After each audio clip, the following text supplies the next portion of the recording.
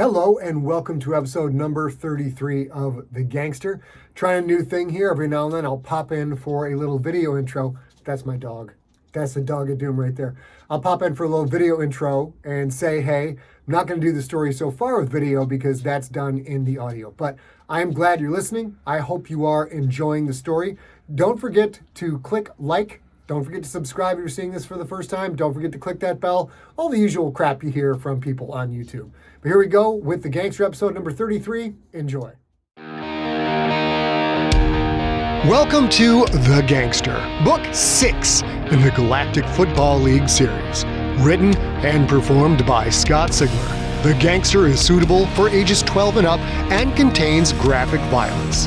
The Gangster is also available as a signed, numbered, limited edition hardcover while supplies last. To order, go to scottsigler.com/store. Hello, junkies. How is your summer going? Ours is going great. How great? Well, we just got the physical proof for the dust jacket for the Gangster hardcover into our hot little hands. It had to be approved so the printer could start printing those as well as the book. We approved it. It's ready to go. And we are now on track to ship the Gangster hardcover by Labor Day. That is early September 2021 if you are not in the US of A. So you still have time to get yours ordered. If you haven't, that's at scottsigler.com/thegangster. Get it ordered so we can get that lovely, lovely book to you when it comes out. This week, I am working on a Marie Curie story that I promised a long time ago to a very lovely editor. And to be honest, I thought I would be done with the GFL Book 7 second draft by now, which is why I agreed to do the story. Turns out I am not done with GFL 7 second draft. It's a big book, and a lot of stuff happens in it. I got to get it right. Oh, new live stream alert. This is going to be super fun. I will be on Twitch and probably Facebook and YouTube doing a new show called Monster of the Week, where I have a creative person or a scientist come on and geek out over their favorite monster. It can be something from movies, something from TV, something from a video game, as long as there is a visual element to it that we can share on the show. By the time you hear this episode 33 of The Gangster, you may have missed the live stream of Jonathan Mayberry, author of the Joe Ledger series, being on to talk about the werewolves from Dog Soldiers. But don't fret. That episode is up over at youtube.com/Scott Sigler. You can go check it out there. These guests I am lining up, they are great. Friday, July 23rd, we have Danny Bilson, co-writer of The Rocketeer and To Five Bloods, talking about the 1940s monster, the Creeper. On Friday, July 30th, Helldivers author Nicholas Sansbury Smith is on to discuss the original Terminator, the Terminator from the first movie only. Friday, August 6th, discussing The Thing. From the John Carpenter movie, it is actress and author Rachel True, who starred in movies like The Craft, Half-Baked, and more. If you want to interact with these peeps live during our live stream, all shows are Fridays, 4 p.m. Pacific, 7 p.m. Eastern. You can watch it live at facebook.com/Scott Sigler, twitch.tv/Scott Sigler, and youtube.com/Scott Sigler, or catch the episodes after the fact on all those platforms. Now, let me get you caught up on the story so far for The Gangster, and then we're all going to skip to the loo, my darlings.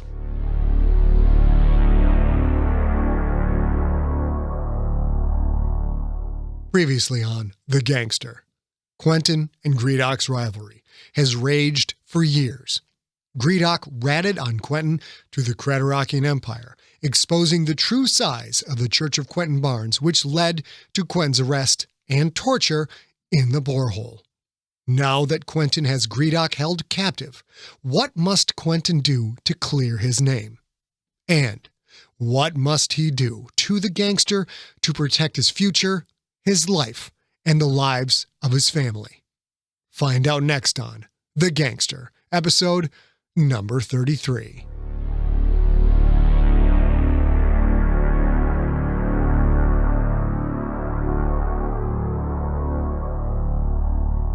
Consequences. The mined-out asteroid was similar to the one that housed the Borehole, one of hundreds in a belt that stretched out over millions of kilometers in an otherwise unoccupied area of space. Following the Oleron, Quentin piloted the little ruler down the asteroid's access shaft. The descent brought it all home. Quentin had kidnapped a powerful sentient being and was going to force that individual into an irreversible change without that individual's consent. Wasn't that better than murder? Quentin wasn't so sure anymore. This endeavor had already cost 3 lives. Would a 4th make any difference? Quentin landed the little ruler at the base of the shaft, next to the Oleron. Shortly after, the tight beam incoming communication alert sounded. Quentin made the connection, expecting to see Killian's face in the holotank. But instead, a googly-eyed, stuffed purple elephant stared back at him. "Hello, Zan," Quentin said. "Did you do something different with your hair?" "You should stick to football." The googly eyes wobbled with each word. "Comedy does not seem to be your strong suit." Quentin smiled for what was likely the first time since he'd been taken by the CMR. "I've heard that before." "I am not surprised. We need you, Virak, and the pilot in exosuits right away. I will guide you to the control room where you will meet the others." Quentin glanced at the ambient temperature readout, 199 Kelvin. "Are you sure about that? It'll take a couple of hours to get the impulse engines heated up enough to fly. We won't be able to leave if the bats find out we're here." "I am sure," Zan said. "The facility here is deep enough we can have partial power inside, but we must not risk transmitting any detectable signal from the Oleron or the little ruler. Shut everything down. Join the others in the airlock." Quentin thought of her agoraphobia, anthropophobia, and, well, all the other phobias she supposedly had. "You'll be joining us inside then? If the Oleron shuts down, you can't stay in there." The purple elephant shook side to side. "The lovely face you see now will join you, but I will stay in the ship. My quarters are equipped for situations like this. Do not worry, Quentin. We know what we are doing." "I'll be there shortly," Quentin said. "But I need to hold off putting the little ruler into mothball mode. Virak needs to stay here until, well..." "Until the Toltefine has begun?" "Yes, until then. And the pilot might as well stay here too." Which made one less risk factor to consider. "Very well," Zan said. "Tell the pilot that the docking clamps on the little ruler can only be released by me in case she is independent enough to try and escape. As soon as the Toltefine begins, both Virak and the pilot will need to be in the facility proper, so tell them to prepare whatever species-specific supplies they will need for a long stay. The little ruler will be shut down completely, life support included. Do you understand?" Zan sounded more like the captain of the Oleron than Killian did. "I do," Quentin said. "Then get over here, immediately. We need to begin the process." Like most starships, the little ruler had emergency exosuits for all sentient species. Virak traveled with Griedock so often, the warrior even had a suit on board with his name on it. The stocked human suits were too small for Quentin, so he had to opt for a heavy G-rig. The arms were too big and the legs a bit too small, but he managed well enough to exit the yacht and make his way to the main airlock. There was no air or power in the corridors. Zan directed Quentin through 3 more airlocks before he was finally able to take off his exosuit helmet. He kept the black suit on, as it was a bulwark against the facility's biting cold. Low lights cast the facility in a dim glow. Quentin knew he was in a different asteroid, some 40 million kilometers from where he'd been imprisoned, but the place was so similar to the Borehole. The corridors, the stone walls, the metal grate floors, almost identical. When the bats took over the Borehole, they must have simply added cell doors and started putting people away. Had they done that because it was efficient or because it was cheap? Quentin had never really thought about the Creterakian Empire's economy. Maybe it was expensive maintaining a military that controlled most of the civilized galaxy. Quentin joined Killian and Beans in the control room. There wasn't much to the place. Most of the equipment that had once been here had been removed long ago, leaving empty brackets and the blank holes of removed rivets and panels. A portable console had been brought in from the Oleron. Beans was at it, the fluffball's open-chested schmeck standing close by. The console's monitor showed Griedock the Splithead, locked in a large storage room or small warehouse area. The room's rough-hewn stone walls looked just like the ones in the cell that had held Quentin for weeks. Killian wore an armored gray exosuit. It looked like military surplus. Tower Marines, maybe? Projectile dents in the chest plate. Parts of it were literally held together with duct tape. The Oleron crew really seemed to love that stuff. Killian had a leather satchel slung over his shoulder. He kept his hand near the grip of the Orphaner pistol holstered at his left thigh, as if he expected the ancient, gutted room to suddenly birth unanticipated threats. He had a blue nanosite bandage on his forehead, and his eye looked far less swollen. On the monitor, Griedock's single eye glared. He was staring straight into the camera. Stripped of his necklaces, bracelets, and rings, he looked naked, save for the white sling that cradled his broken pedipalp arm. "Hateful little creature," Killian said. "But he's one tough biscuit, I'll give him that." Truer words had never been spoken. Griedock, captured. All alone. He looked little indeed, and yes, so hateful, but he showed no sign of fear. One tough biscuit. Was there anything Quentin respected more than toughness? He shook his head, chasing away the thought. He would not let himself feel that way about Griedock. Time to finish this.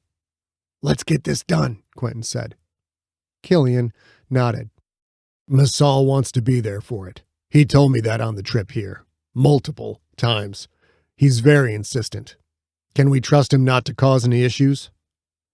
Quentin absently touched the metal brace on his nose, there to protect the wound while internal nanocytes repaired cartilage and bone. "Masal won't be a problem," he said. "How about you? Will you come?" The older man nodded. "I wouldn't miss this for the world." He offered Quentin the leather satchel. "Let's do it." Masal joined Quentin, Killian, and Beans in his bulky schmeck outside the door to Griedock's cell. The worker was a wreck. Unlike Quentin and Killian, he didn't need an exosuit to ward off the cold. The Quyth had far broader temperature tolerances than humans did. Masal's jacket was wrinkled and rumpled, as if he'd slept in it. Smudges of grease, dirt, and maybe food dotted the blue fabric. The thin gold braid on his right sleeve was frayed, torn. Unmoving yellow fibers lined his cornea. He looked exhausted, as if the weight of the galaxy pressed down on him, making him stoop and hunch. "Masal," Quentin said, "are you sure you want to be here for this?" The worker shifted his weight from one foot to the next, a habit he had when he was nervous or anxious. "Griedock is my Shamakath. I must be with him until the end." Killian rested his hand on the holstered Orphaner. "You're not going to try anything, I hope." As if the man needed to use the pistol as a threat. He was 4 times Masal's mass and had beaten Virak the Mean in a hand-to-hand fight. Quentin adjusted the leather satchel slung over his shoulder. "Masal is smarter than that," Quentin said. "Let's go." Beans opened the door to Griedock's room.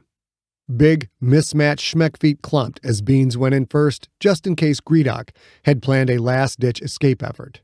Quentin followed Beans in. Griedock stood in the center of the cell, like a fighter standing in the center of the octagon, ready to welcome any challenger. The leader was all of 3 feet tall. He'd been kidnapped, his bodyguards had been killed or had turned traitor, one pedipalp arm was broken, yet he radiated confidence, as if everything that happened thus far had been part of his plan. Killian came in next, followed by Masal. The scent of the stone walls hammered at Quentin, dug at his memories. It smelled just like his cell. "You have come to negotiate my release," Griedock said. "It is about time. Let us begin. Make the first offer, Barnes. What is it you want?" Quentin shook his head. "You're not dealing your way out of this one."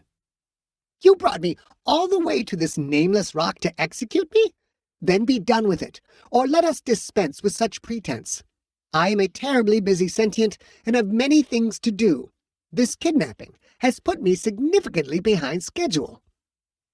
The way the Blackbird leader talked, the commanding tone of his voice. Quentin almost had to remind himself that Griedock was the prisoner. "I told you I wasn't going to kill you," Quentin said. Are you going to torture me then? Or perhaps you don't have the stomach for it. Perhaps you will have Virak and Masal do it for you, since they have shown where their true loyalty lies. In those words, Quentin heard something beyond the leader's anger. He heard a bit of anguish. Griedock was a master of controlling his emotions, but Virak's betrayal had cut too deep to hide completely. Quentin reached into his satchel. "I'm not going to torture you either." He pulled the black plastic case out of the leather bag. He held it in front of him, where Griedock could see it. Quentin lifted the hinged lid, revealing the hypodermic kit. The yellow-green fluid inside the vial gleamed with its own phosphorescence. The gold flecks sparkled in the cell's light. Griedock stared at it. The leader's cornea swirled with dark red and a deep crimson. Where did you get that? There it was, finally, fear. Quentin felt a rush even greater than that of crossing the goal line or winning a game. And the leader wasn't just afraid, he was surprised. Masal hadn't told him about the Gibeljuants. Despite Masal's strong loyalty to Griedock, he also held loyalty to Quentin. The leader quickly looked around the cell, perhaps wondering if he'd missed a way out, perhaps finally putting the pieces together and realizing how screwed he was. His allies were dead or had betrayed him. He had zero power. Zero. Barnes, he said, his voice suddenly thin and fragile. I underestimated you. We can make a deal. The speed with which Griedock could shift which mood he chose to show. So impressive. From arrogant and dismissive to vulnerable and compromising in the span of seconds. What an actor he was. An actor that could never be trusted. Never. It's too late for a deal, Quentin said. Maybe this is a chance for you to lead a useful life for once. Inky black joined the red and crimson swirling on Griedock's cornea. Useful, the leader said. I was more than useful when I plucked you out of that backwater cesspool of CoQB. I was more than useful when I gave you a multi-million credit contract. I was more than useful when I traded for the players you asked for, and I was more than shucking useful when my guidance led the Krakens to 3 titles. Quentin savored the moment, relished it. How about when you hired an actor to play my father? How about when you threatened me, Ma, John, and Jew? When you threatened my wife? When you threatened my shucking unborn child? Quentin felt a hand on his shoulder. You're shouting, Killian said. Don't let him get in your head. Quentin hadn't realized he was shouting. He was also breathing hard. Rage had engulfed him, made him unaware of how he was acting. Yes, let both of us calm down, Griedock said. You and I are well-matched opponents, Barnes. Even for sentience of our abilities, emotion can sometimes overwhelm us. Am I upset that you got the better of me? Of course I am. Are you upset over the tactics I used to get you to do what I needed you to do for the Krakens? Of course you are. The leader had shifted moods yet again, and just as fast as before. I gave you everything you ever wanted, he said. Because of me, you met Rebecca Montaigne. Because of me, you will soon have offspring. And because of me, you are in a position to be a parent that provides for his child, unlike your own father. The hiss of a gun being drawn from a holster. I'm going to kill him myself, Killian said. Quentin held up a hand. Dad, put it away, he said, without taking his eyes off Griedock. This is my choice, mine alone. A moment of silence, then the sound of the big pistol sliding back into place. You're right, Griedock, Quentin said. You gave me all of that, and then you tried to take it all away. Griedock swept a black-furred hand over his antennae. I did. I have been in charge for over a century. I am the boss. I wanted you to know that, but I failed. Look at what you did, Barnes. You took over a prison and lured me away from my secure place. It is clear that you are too powerful to be my vassal. You are my equal. As such, you have earned both my forgiveness and my respect. Release me, and we will go our separate ways. I will not touch those you love. I give you my word. Smooth. So smooth. There's still the problem with the Empire hunting me, Quentin said. You will recant your testimony before we discuss anything else. Griedock stared for a moment. What assurances will you give me that if I do what you ask, you will release me? Quentin took a step forward. No assurances at all. You're right, Griedock. You have been in charge for a long time. That time is over. You're not in control of anything here. I am. The slimmest curls of black touched the leader's eye. As Quentin stood and watched, Griedock, the splithead, started to shake. The moment of weakness passed quickly as the leader regained control. I will do as you ask.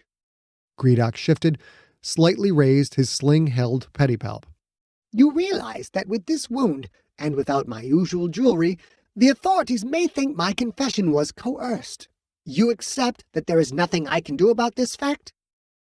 That was a good point, but every moment Quentin waited, he feared that Griedock would find a way to fight back, to manipulate, to weasel his way out of this. I accept that possibility, and I'll take my chances, Quentin said. Beans, I assume your schmeck can record holo? Absolutely, Junior. Then record Griedock's confession. Quentin faced the leader, couldn't stop a gap-toothed smile of victory. Metal feet clanked on stone as Beans stepped closer, stopped a few feet from Griedock. In 3, Beans said. 2, 1. There was a moment of absolute silence. It lasted long enough for Quentin to wonder if Griedock was going to refuse. Then the leader spoke. I am Griedock the Splithead. I gave testimony to the effect that I saw Quentin Barnes meet with the sentients that would become the heads of the 3 largest churches that worship him. I stated that I saw Barnes orchestrate a false schism, and that there was no actual division of the Church of Quentin Barnes. I stated that I hesitated to tell authorities of this because Barnes had threatened my life if I spoke up. The leader stopped. His body trembled slightly. Standing behind Beans, Quentin twirled a finger. Keep going. Griedock regained his self-control. All of those statements are false. The truth of the matter is that I was forced to make those statements by Anna Villani, a known crime figure and the owner of the Orbiting Death GFL franchise. Villani has been frustrated by her team's inability to defeat the Ioneth Krakens on the field, so she attempted to remove our quarterback, Quentin Barnes, by other means. While I will continue to live in fear of retaliation from Villani, who I might add, remains a suspect in the murder of former team owner Sicker the Death, I can no longer in good conscience perpetuate her lies. Griedock fell silent. Killian reached out, tapped Beans twice on his schmeck's shoulder. Recording ceased, Beans said. Quentin could scarcely believe it. He looked at his father. Will that be enough to clear me? I have no idea, Killian said. The Bats are pretty inconsistent when it comes to enforcing their laws. With all the rioting we heard about before we came to rescue you, they might be looking for a way to calm things down. If anything will get you out of this difficulty, Griedock's confession is it. A confession that threw Anna Villani under the bus for something she had not done. Not that the woman was innocent by any stretch. She had given Quentin the Gibbeljewants after all. I need to send that recording to my agent, Danny Lundy, Quentin said. He'll get it to the right places. How soon can we leave? Once we're out of the quiescence, we can transmit to him, or we can go to Ioneth and I can deliver it myself. Would Becca be there? Was it possible this nightmare was almost over? Hold on, Killian said. Even when the recording gets to your agent, it's going to take time for something to happen. You're an escaped convict now, public enemy number 1. The Bats will be looking for you, looking hard. If you go anywhere and the bats see you, they might shoot you on sight. You need to stay here for a while. Stay hidden." Memories of McCoby flashed. How many times had Quentin watched bats gun down Purist Nation citizens? He'd seen people die for the most trivial reasons. He'd once seen a man get shot because that man had raised his hands after bats had ordered him to stay still. Killian was right. "We could send the little ruler back," Quentin said. "Have the pilot deliver the message to Lundy." Blue Shell Eater had worked for an awful sentient, but she hadn't done anything wrong. This would let her get back to her life. Killian nodded. "That might work. The yacht has to go back to Big Rock to punch to Ionath. Even with the bats hunting for you, I think we know enough smuggler tricks that the little ruler pilot can get through. If she gets stopped, she's trespassing in Creterakian space, and that's a big problem, but there's nothing on board that could get her into trouble. As long as she does what she's told, the bats will board the yacht, find nothing, and she won't be hurt. Worst case scenario, she shares Griedock's confession, and maybe that gets the job done. It's a risk, but my guess is the pilot would rather take her chances than stay here and potentially get caught along with the rest of us." Quentin would leave it up to the leaky pilot. Killian was right. If she got caught here with Quentin and the others, she'd be in deep trouble, even though she'd done nothing wrong. Quentin would include instructions for Lundy to give the pilot a fat bonus to make sure she delivered the confession. "The little ruler is my ship," Griedock said. "I upheld my end of the bargain. Put me on my ship and release me." Killian shook his head. "You must work with some very stupid sentients. You're not going anywhere. In fact, now that we have you on record, I think we should kill you so you can't take it back later on." The older man had a point. Griedock could lie so effortlessly. If he ever made it out of here, he could change his testimony again. But worse than that, the leader could plan his revenge. Getting the CMR to back off was only part of what had to be done. Quentin needed to eliminate Griedock's power. Killing him would do that. But there had been enough death, and there was another way. "Beans," Quentin said. "Hold him tight." The Schmeck stepped forward. Griedock decided standing his ground wasn't the right strategy. He ran, but there was nowhere to go. Beans cornered the leader. Mismatched metal hands snatched Griedock up and held him by the middle shoulders. Quentin pulled the injector gun from the case. So light, it felt like nothing. "Barnes, you Yakuchat, do not do this!" No smoothness in Griedock's voice now, no control.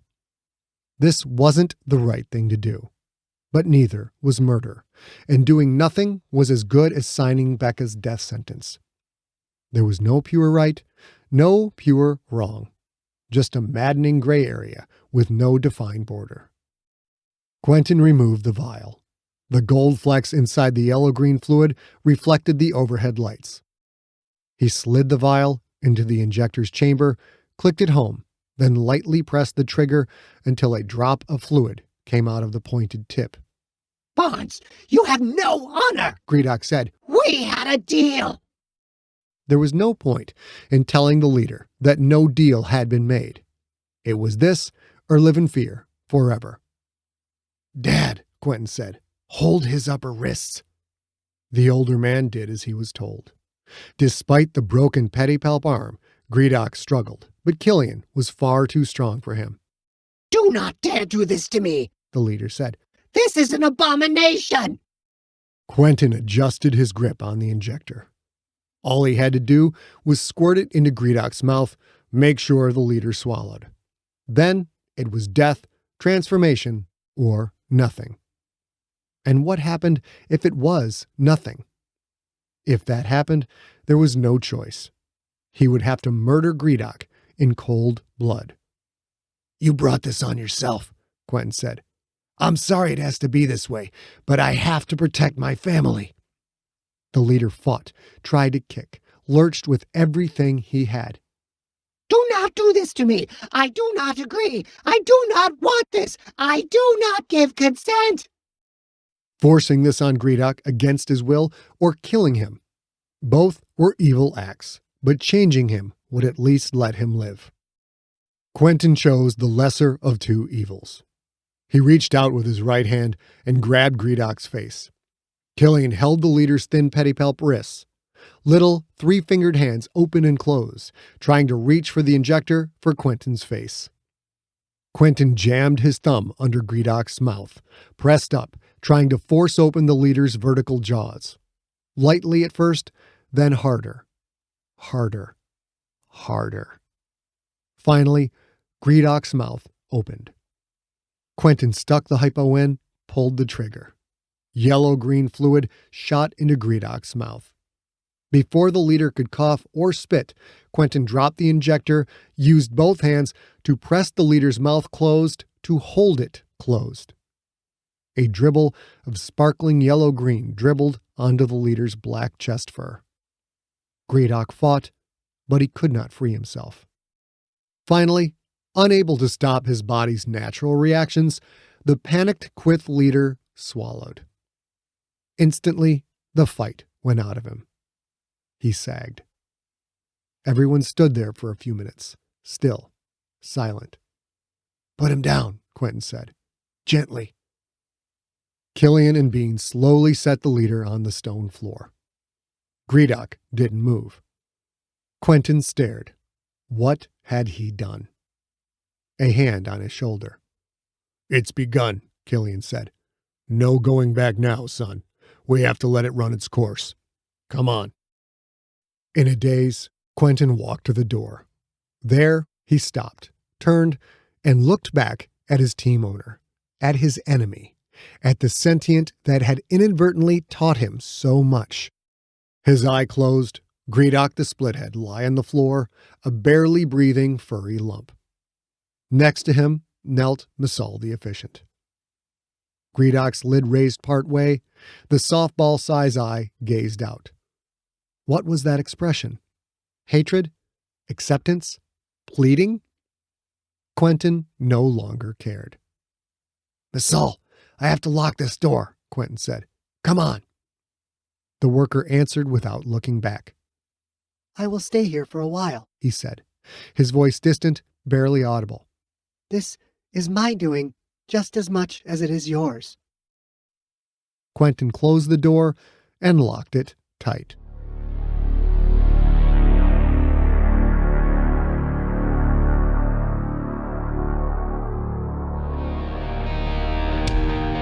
You have been listening to The Gangster, Book 6 in the Galactic Football League series, written and narrated by Scott Ziegler.